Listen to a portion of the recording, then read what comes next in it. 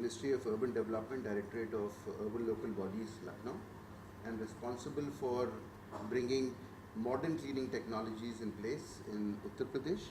And I work with all the ULBs and finding out what can be improved, how things can be brought into better shape. Yeah. So how things can be improved and what I can do to contribute, because I've been a dignified sweeper for 25 years or rather 27 now. And I happen to be the managing director and country head for the largest cleaning manufacturing company in the world. And I still treat myself as a Safai Karamchari, which my presentation of 5-7 minutes now will probably talk about. Can I have the setting up a little faster, please? They have a lead.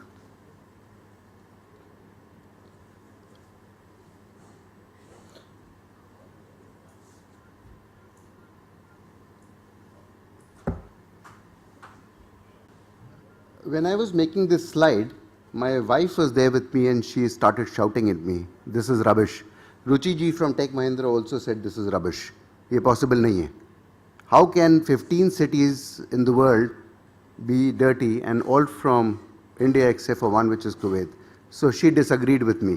And I agree with her just for the reason that this smart lady, my wife, is from this smart city called Kanpur. So this slide is rubbish. I agree. This is WHO data 2016 and this is rubbish.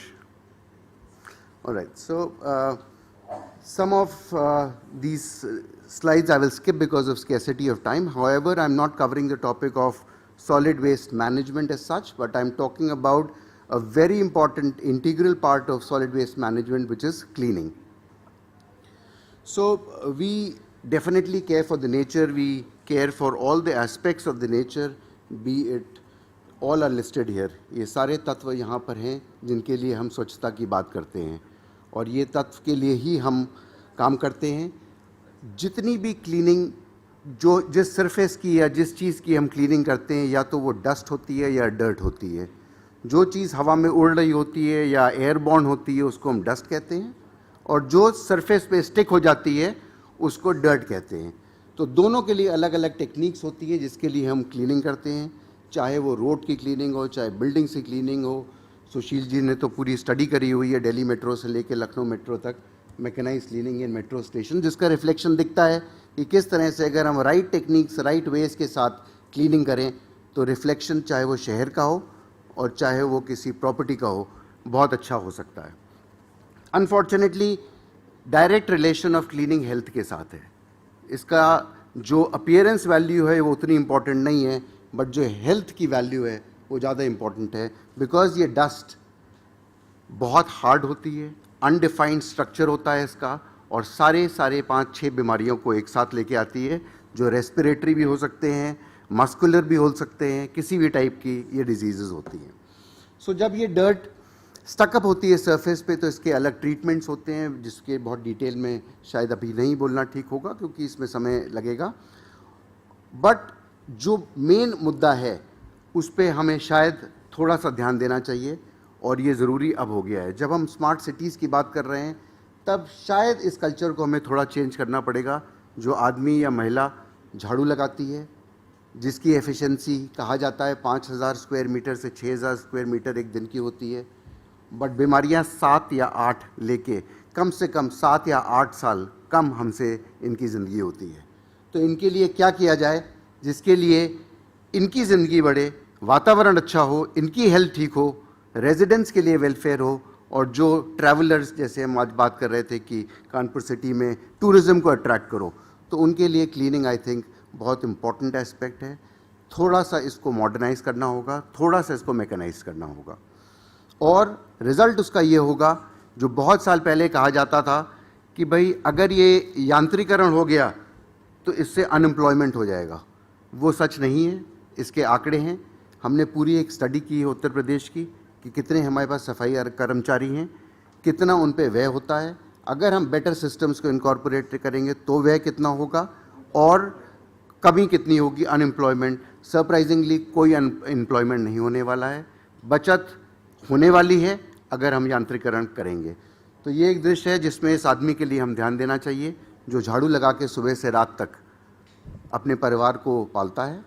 इसको भी हम थोड़ा, जैसे हमने manual scavenging के लिए actions लिए, थोड़ा सा हमें इस एस्पेक्ट पे भी देखना पड़ेगा। और डेफिनेटली ये दृश्य अच्छा ही होगा, जहाँ अच्छी सफाई की तकनीक इस्तेमाल होगी वहाँ पर दृश्य हमेशा अच्छा होगा। जो हमें मेट्रो में देखने को मिलता है, शायद उतना अच्छा दृश्य हमें रेलवे स्टेशन पे नहीं मिलता जितना हमें मेट्रो पे मिलता है, क्योंकि वहाँ पर डे 1 से सिस्टम और प्रोसेसेस इनकॉर्पोरेट करे गए हैं, ensuring that it gives a good reflection right from the first walk or the first footfall to the last in the evening. मैं स्किप करूंगा, ये कुछ वीडियो हैं जिसमें कंपैरिजन दिखाया गया है कि झाड़ू से सफाई होती है और मशीन द्वारा जो होती है उसमें डिफरेंस है, बट इसको हम स्किप कर सकते हैं। एक जो मेन सिचुएशन है जिसके पीछे हमें थोड़ा सा समय लगा इन सब चीज़ों के बारे में सोचने में या इनकॉर्पोरेट करने में, जिसमें ये देखा गया टेक्नोलॉजी एग्जिस्ट कर रही है, टेक्नोलॉजी तो एग्जिस्ट करती है, इम्प्लीमेंटेशन नहीं हो पा रहा है, तो उसमें कुछ कहीं पर थोड़े से दिक्कतें आई हैं। बट आज हमने शायद 4 महीने की स्टडी पूरी कर ली है पूरे उत्तर प्रदेश में 27 शहरों की, इसमें कानपुर भी इंक्लूडेड है, लखनऊ इंक्लूडेड है, और हमने एक एक वार्ड की मैपिंग कर ली है कि डिस्टेंसेस कितने हैं, रोड के डायमेंशंस कितने हैं, चौड़ाई कितनी है, कितने आदमी आज लगे हुए हैं सफाई करने में। तो वो स्टडी आज हमने 3.5 महीने में कंप्लीट कर ली है। 27 शहर जिसमें 17 नगर निगम हैं, ऑल 17 नगर निगम्स एंड रेस्ट आर नगर पालिका परिषद्स। So when we talk about these systems to incorporate, I think training and education is going to play an integral part. That the most important aspect is because the same man is going to do a better job through some kind of mechanized actions, he has to be elevated to become a machine operator from a झाड़ू वाला. So उसके लिए थोड़ी सी हमें training की आवश्यकता है, थोड़ी नॉलेज और स्किल ट्रांसफ़र की आवश्यकता है, और प्रदेश के अन्य शहरों में ये देखा गया है कि हमने किस तरह से ऐसे लोगों को एलिवेट करा, जो हम डेफिनेटली डिटर्मिन्ड है कि उत्तर प्रदेश स्मार्ट सिटी कानपुर में भी इनकॉर्पोरेट करेंगे। सो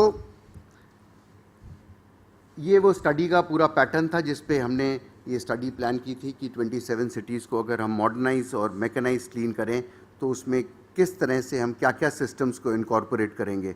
हमने 7 शहरों के मॉडल स्टडी करे, इंडिया के भी, और उसके बाद ये जो उन शहरों के इम्प्लीमेंटेशंस में कमियां थी वो हमने अपने इस प्रोसेस में डाली हैं, और आई एम श्योर जनवरी और फरवरी से हमें ये रिफ्लेक्शंस दिखने स्टार्ट हो जाएंगे यूपी में।